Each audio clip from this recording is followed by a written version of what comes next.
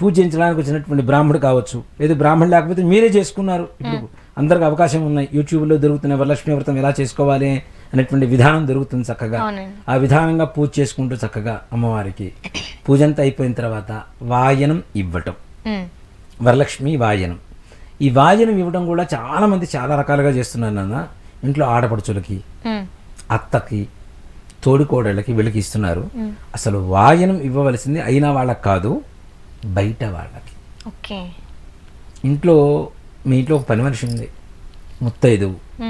ఆ అమ్మాయిని కూర్చోబెట్టి కాళ్ళకు పసుపు పూసి బొట్టు పెట్టి గంధం కంఠానికి ఇచ్చి పసుపు సూత్రాలకు ఇచ్చి ఆ అమ్మాయికి వాయనం ఇవ్వండి, ఎంత సంతోషంగా ఉంటుంది అమ్మాయి.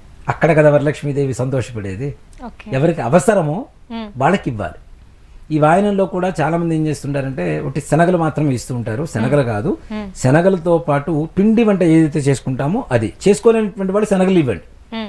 ఇక్కడ పానకం వడపప్పు ఏదైతే ఉందో, ఏదైనా నైవేద్యంలో లోపభూయిష్టమైనటువంటివి ఏమైనా ఉంటే పానకం వడపప్పుతో సరి.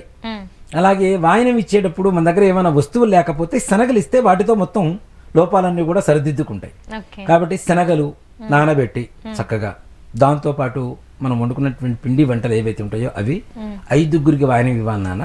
దాంతోపాటు రవి వస్త్రం కానీ లేదంటే చీర కానీ, చీర పెట్టేటైతే నేను చెప్తున్నా, మరలా చెప్తున్నాను, తప్పనిసరిగా ఇంట్లో పనిచేసుకునేటువంటి వాళ్ళకి ఇవ్వండి. చాలా సంతృప్తికరంగా మిమ్మల్ని మనస్ఫూర్తిగా వరలక్ష్మీదేవి మరలా మీ ఇంటికి రావాలి, మీరు ఇట్లానే అందరికీ 100 మందికి పెట్టేటువంటి స్థాయిలో ఉండాలని చెప్పి మనస్ఫూర్తి కోరుకుంటారు వాళ్ళు.